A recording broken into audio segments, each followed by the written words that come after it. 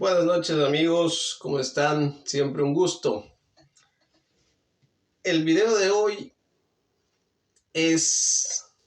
yo pienso que el video más difícil de hacer porque son tantas cosas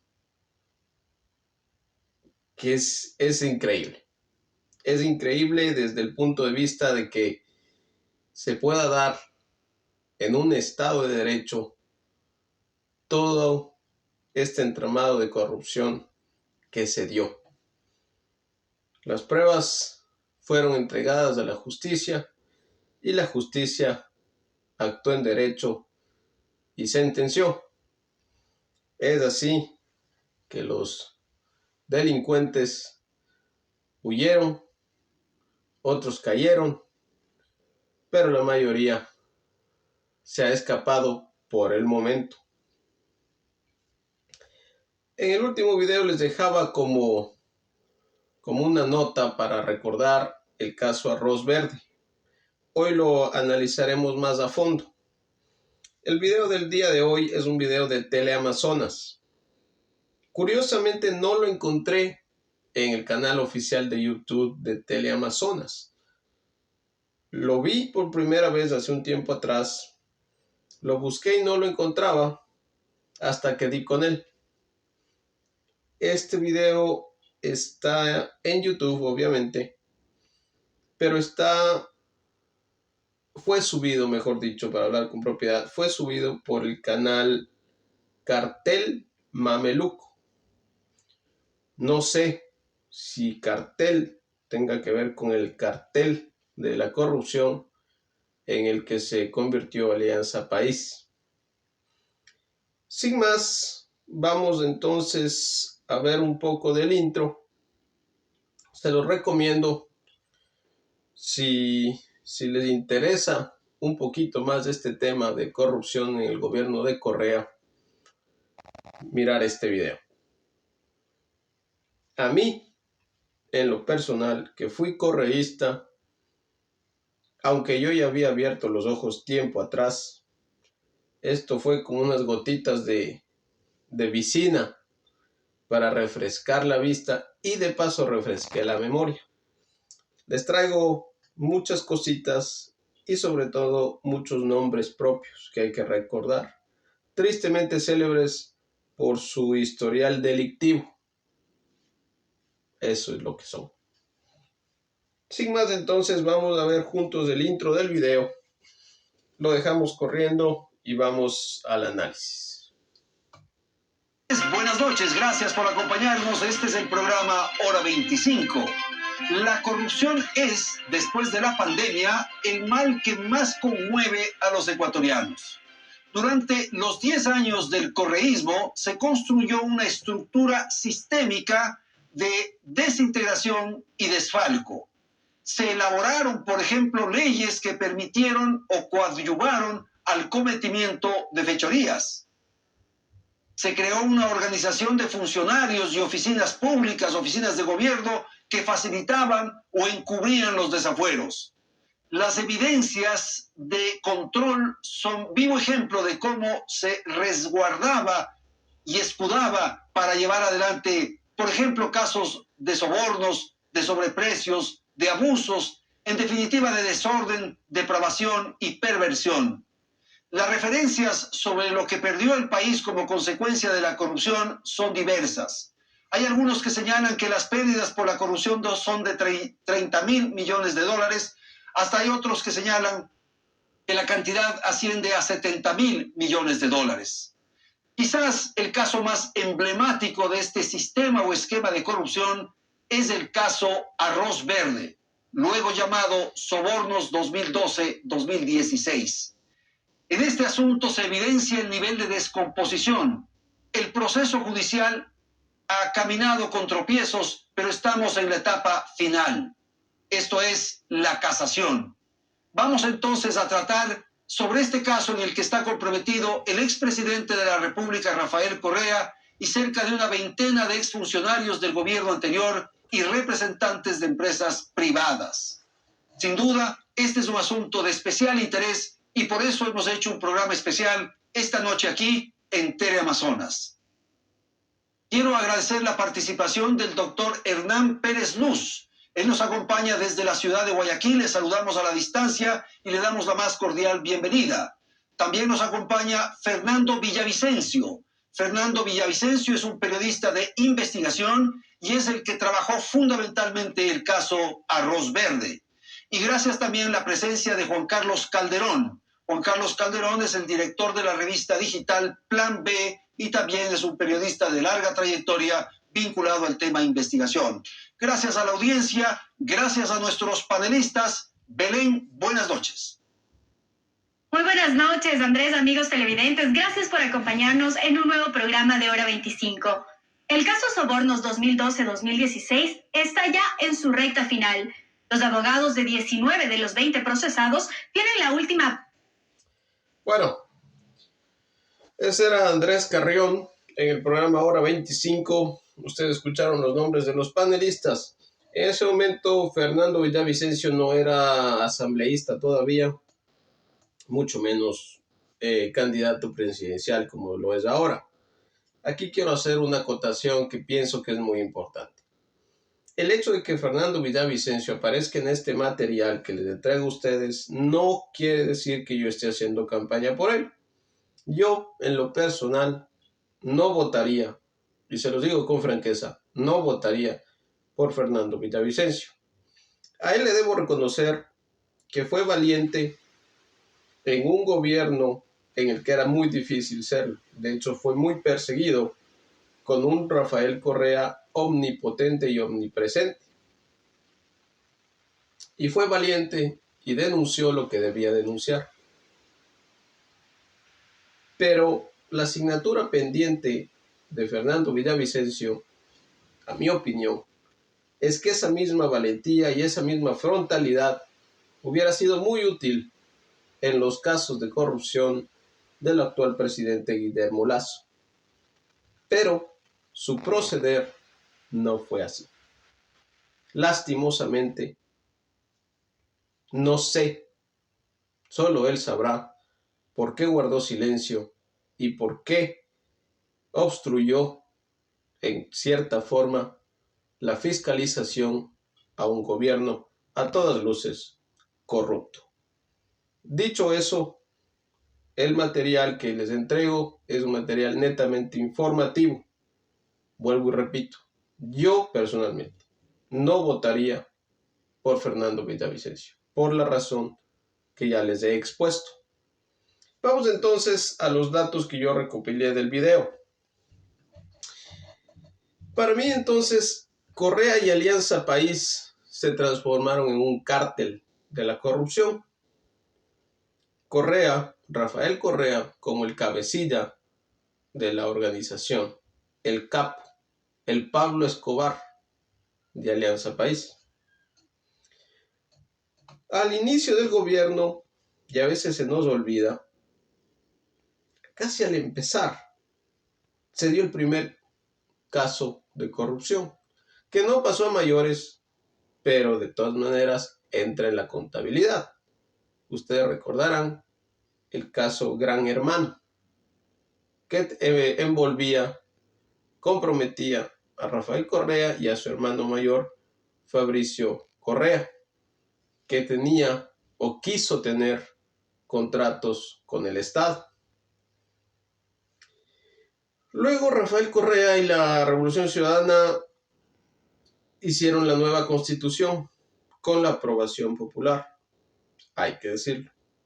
Pero fue una Constitución que, aunque pasó los plebiscitos, era una Constitución que tenía defectos. En ese momento, la gran maquinaria de propaganda de los hermanos Alvarado cegó a la mayoría de los ecuatorianos y en lo personal yo aprobé esa Constitución. Ya hablaremos más acerca de la Constitución, pero tenía fallas desde lo ético. Ustedes recordarán que se quitó el delito de robo del Código Penal y pasó a ser solamente un delito menor, una contravención para hablar con propiedad. Luego se clasificaba el robo con violencia o sin violencia y cosas por el estilo. Eso abrió la puerta a todos los desmanes que vimos después. Entonces, palabras más, palabras menos, se hicieron leyes para legalizar el robo. Se instauró la ley de comunicación, ley Mordaza, que tenía sentido desde el punto de vista de profesionalizar a las personas que trabajaban en los medios de comunicación. Hasta ahí muy bien. El problema era que esa ley sirvió para intimidar, perseguir y acosar a los periodistas de investigación. Este cártel de la corrupción hizo todo un organigrama en la que asignó funciones a las entidades estatales para encubrir todos estos ilícitos.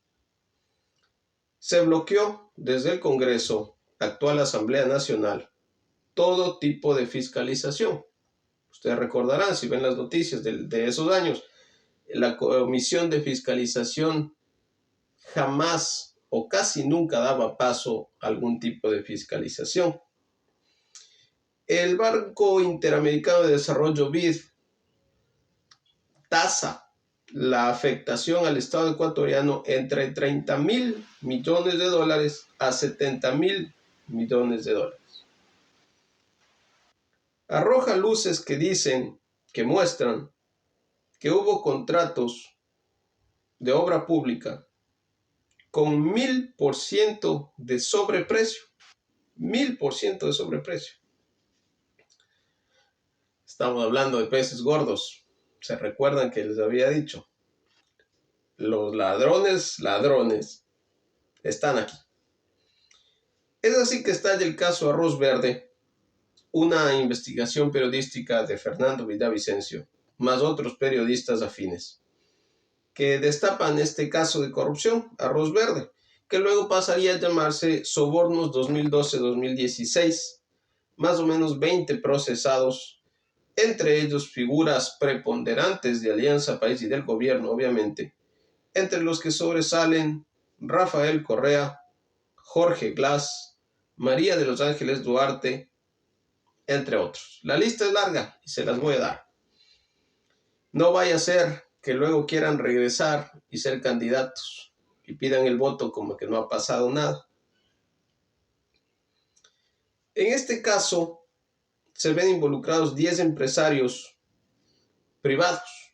Por ejemplo, Alberto Hidalgo, de la constructora Hidalgo, empresa ecuatoriana de gran trayectoria, pero que con esto empañó gravemente su historial empresarial. La justicia avanzó, los grupos de abogados que defendían a los sindicados trataron de dilatar el proceso lo más posible, pero se agotaron todos los espacios legales y la Corte dio su veredicto. 8 años de cárcel para todos los procesados.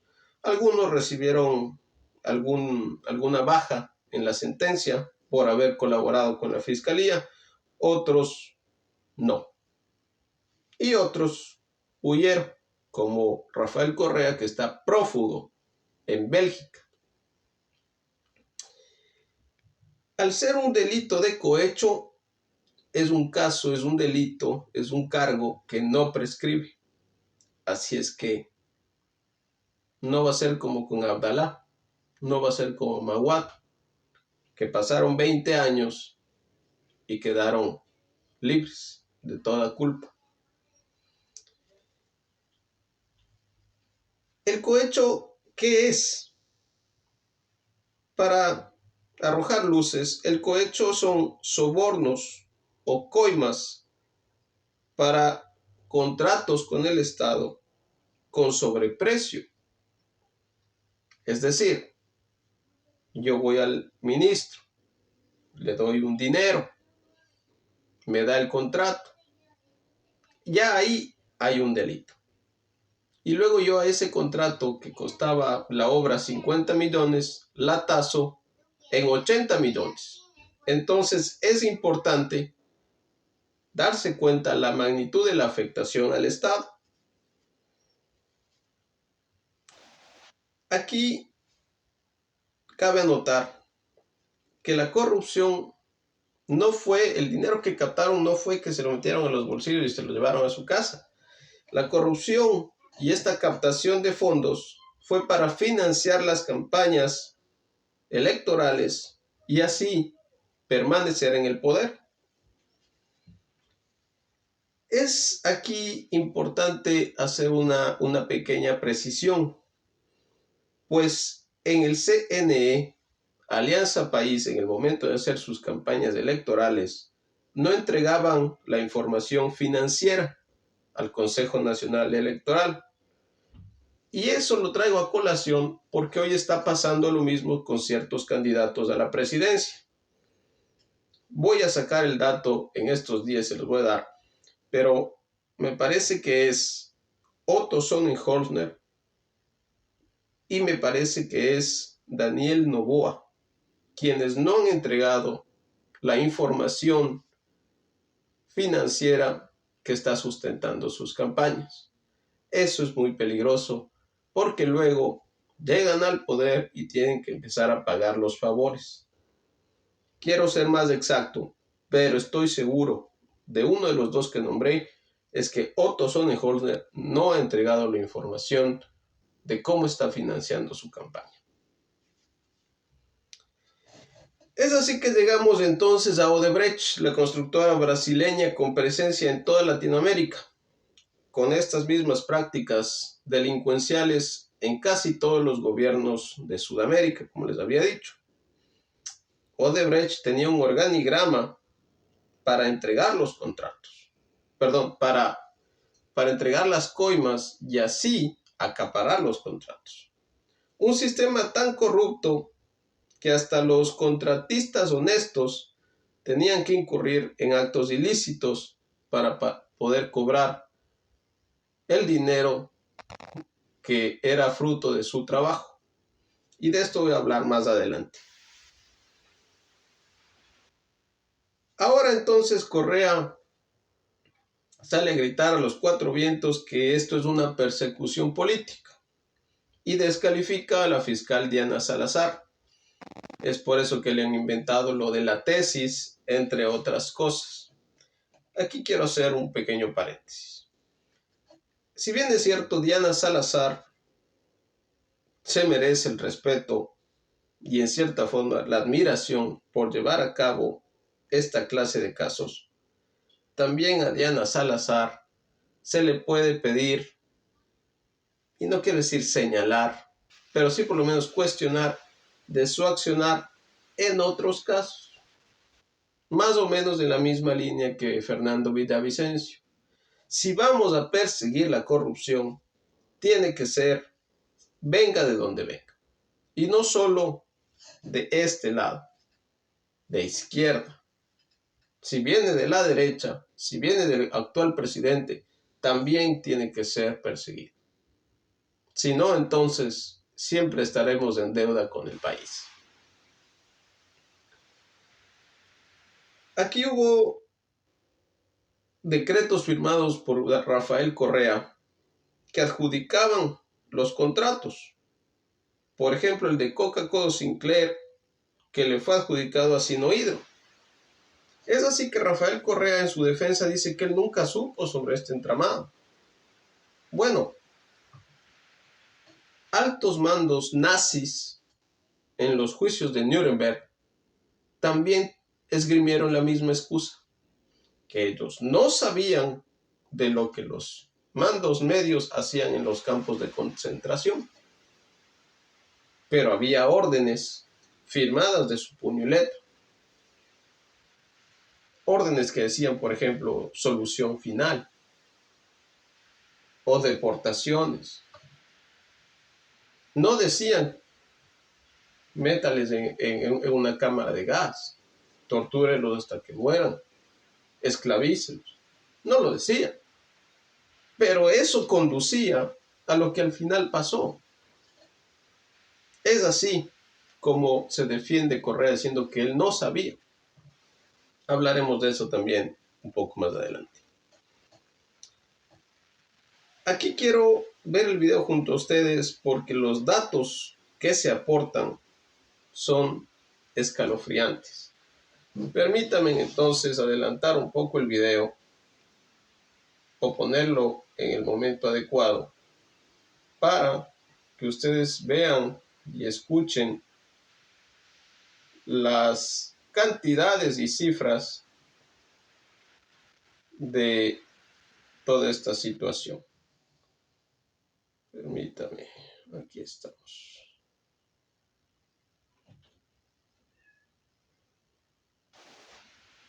Es sin duda escalofriante.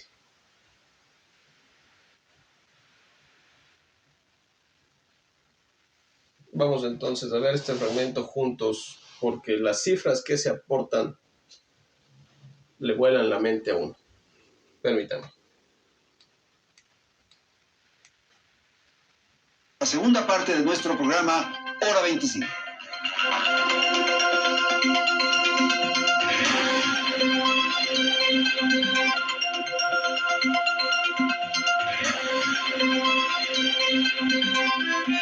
Gracias amigos por continuar en nuestra sintonía. El caso Sobornos 2012-2016 captó la atención de todo un país por los niveles de corrupción que se develaron y las estructuras delictivas que montaron. Sin embargo, ese no fue el único escándalo en el periodo de Rafael Correa al frente de la presidencia. Veamos algunos de ellos. El periodo correísta dejó una estela de corrupción en el país. Proyectos que fueron catalogados como emblemáticos por Correa y sus colaboradores terminaron bajo la lupa por las múltiples irregularidades que acumularon. 2 refinerías, un poliducto y 2 plantas gasíferas funcionan a medias, presentan fallas o simplemente no se construyeron. Un informe técnico avalado por el Programa de las Naciones Unidas recoge en 2.500 hojas todas las irregularidades que se habrían cometido en torno a la refinería de Esmeraldas, refinería del Pacífico, Poliducto Pascuales Cuenca, Terminal de Monteverde y planta de gas Bajo Alto. Por ejemplo, la refinería de Esmeraldas terminó costando $2.230 millones, cuando en realidad su valor debía ser de 754 millones. Pese al millonario costo, la refinería ha presentado varios desperfectos. El último ocurrió el 7 de abril de este año, cuando se averió la unidad de craqueo catalítico, encargada de producir combustibles de alto valor como el diésel. En la refinería del Pacífico, los problemas comenzaron desde su concepción. Nunca se consiguió el financiamiento necesario para su construcción. Sin embargo, se gastaron $1.531 millones en aplanar un terreno de 540 hectáreas, en la construcción de un acueducto, un campamento y una vía de acceso. Hoy, todo eso está en deterioro. El costo original del poliducto Pascuales Cuenca era de $250 millones, pero con los sobreprecios correístas terminó costándole al país 623 millones. Pero eso no es lo peor. Según estudios de la Escuela Politécnica Nacional, el poliducto fue construido sobre una quebrada, lo que representaría una negligencia absoluta, porque la construcción se realizó en tierras no compactadas. La terminal Monteverde, en cambio, tenía un costo inicial de $201 millones. Terminó costando 371 millones y según el informe del PNUD, esta obra ni se planificó, ni se diseñó, ni se construyó de acuerdo a los estándares internacionales. Hoy nadie responde por la oxidación de los tanques y los pilotes de la terminal marítima. La planta de gas Bajo Alto tampoco estuvo exenta de sobreprecio.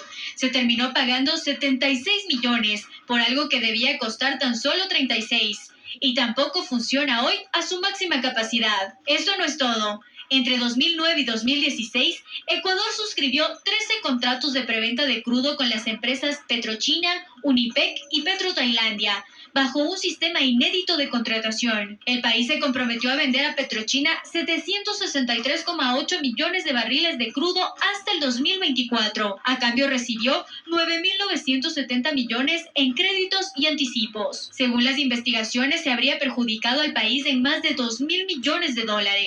Y la corrupción y el robo descarado también llegaron a la reconstrucción de Manabí y Esmeraldas.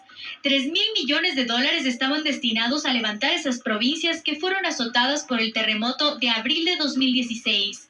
Pero ese dinero no llegó ni se convirtió en obras. Esto pese a que ya se desembolsó el 94,3% del total de los recursos. Ahora en la cuenta única quedan solo 178 millones de dólares, pero aún muchos temas por cubrir. Y para no hacer más larga esta narración de casos, finalicemos con la trama de corrupción de Odebrecht, empresa brasileña que entregó coimas por 33,3 millones de dólares para conseguir contratos con el Estado ecuatoriano, caso por el cual fue sentenciado el ex vicepresidente Jorge Glass, que hoy paga su pena en prisión. Esta trama de corrupción hizo que decenas de contratos que Odebrecht ganó en el país tuvieran sobreprecio. Y aunque otros países de Latinoamérica ya han expresado los montos de la reparación integral que la constructora brasileña debe pagar, Ecuador es uno de los pocos que aún no lo define. Estos son solo algunos de los hechos que nos permitirían sumar los miles de millones de dólares que se llevaron durante una década, en la que unos pocos se llenaron los bolsillos y todo un país perdió. Los números dan escalofrío. Es increíble cómo le robaron al país, a la vista de todos y con la veña muchas veces de los mismos ciudadanos. Cuando yo hablo de política con gente que era anticorreísta y ahora nos volvemos a encontrar, les pido disculpas porque en lo personal siento que con mi voto inconscientemente me hicieron cómplice de un robo descarado al pueblo ecuatoriano. Les pido mil disculpas a todas las personas que de una u otra manera, somos todos, se vieron afectados por la inmadurez y la falta de conocimiento político que alguna vez tuve y la ingenuidad y el fácil convencimiento que tuve a un proyecto político que prometió luchar contra justamente en lo que terminó convertido. Vamos a los nombres propios que les había dicho antes: Pamela Martínez, Laura Terán, Jorge Glass, María de los Ángeles Duarte, que se acaba de fugar a la Argentina, Vinicio Alvarado, que está prófugo, Walter Solís, Alexis Mera, miembro del Círculo Rosa, que ustedes recordarán, Cristian Viteri, Viviana Bonilla, la lista es larga, Gabriela Rivadeneira, expresidenta de la Asamblea Nacional, Ricardo Patiño, el de la valija diplomática con cocaína, Carlos Poli, contralor, en el archivo está, Correa básicamente le sobaba para que le dé la bendición porque era un personaje celestial para él. Carlos Poli, 2 veces contralor. Capaya, Carlos Pareja Yanuseli, presente en Petroecuador en varios gobiernos y también el de Rafael Correa. El fiscal Galo Chiriboga, que resulta ser primo de Rafael Correa, primo de segundo o tercer grado. Pablo Celi, también contralor. Nombres propios de gente que fue gente buena en el pasado, pero cayeron en las redes y en las mentiras. Paco Velasco, ustedes recordarán, en la radiodifusión, que fue pieza clave también de los forajidos para sacar a Lucio Gutiérrez. Es por eso que entonces nunca les interesó realmente vender los medios públicos, porque había que mantener la maquinaria de propaganda avanzando. Y de eso se encargaron los hermanos Vinicio Alvarado y Fernando Alvarado. Ellos hicieron la campaña publicitaria de la marca País. La hija de uno de ellos recibió $2 millones por un video de menos de 8 minutos. Así son las cosas. El hijo de Virgilio Hernández, por ejemplo, piloto de Petroecuador, trabaja poco y gana mucho. Ustedes no me dejarán mentir si eso es o no es piponazgo. Gabriela Rivadeneira, como les decía, relacionada en el caso Caranqui. Lo matan y al poco tiempo ella compra o se hace de las propiedades de él en Otavalo. Los dos son de la misma ciudad. La corrupción campeó a sus anchas en un gobierno que prometió luchar contra ella, pero que al final se transformó en la esencia misma de la corrupción. El video es muy bueno, no tiene desperdicio. Más allá de la presencia de Fernando Villavicencio, que yo no estoy haciendo ninguna clase de campaña o apología de su persona. Por tercera vez o cuarta vez, yo no votaría por él porque le faltó frontalidad para los casos de corrupción de Guillermo Lasso. Vean el video, les va a gustar por la información que tiene, pero no les va a gustar por el infame atraco del que fue víctima el pueblo ecuatoriano. Así se resume 10 años de Rafael Correa en el país. Lastimosamente, sí, las obras están, pero cobraron mucho más de lo que debían cobrar. Y aparte, la calidad de las obras no es la que se suponía debía ser. Jugando un poco con las palabras, nos vendieron un cuento chino. Les agradezco siempre por su tiempo, por su gentileza. Creo que es más evidente que obviamente no soy correísta y esta clase de gobiernos no deben volver al país. Así como les digo que Fernando Villavicencio no debe ser presidente del Ecuador, también me permito decirles que ningún binomio que venga con el sello de aprobación de Rafael Correa debe optar por la presidencia de la República. Por favor, vayamos meditando el voto, más o menos 2 semanas para estar frente a las boletas y luego en las urnas. Mediten su voto. No voy a decirles por quién votar, por quién no votar. Es mi apreciación lo que acabo de decir, es mi opinión, pero por favor, meditemos lo que vamos a hacer. Muchas gracias por su tiempo, gracias por su atención. Estamos en Instagram, @Daniel_Quintana_593. Siempre un gusto y nos estamos viendo muy pronto. El siguiente gobierno, mejor dicho, desgobierno, es el de Lenín Moreno, aupado por el mismo sinvergüenza de Rafael Correa. Muchas gracias por su tiempo. Vean el video, lo voy a poner en la descripción. No tiene desperdicio. Se arroja mucha luz sobre cosas que a veces se le olvidan a uno. Uno de los ponentes dijo una frase muy, muy real. El gran problema de la sociedad ecuatoriana es la desmemoria, olvidarse de las cosas y los nombres. Así es que se apalanca la cultura de la corrupción y la impunidad. Ecuador, palabras más, palabras menos, es un estado fallido. Muy real. Hablaremos de eso en el próximo video. Les agradezco mucho por su atención y su tiempo. Nos estamos viendo pronto. Muchas gracias.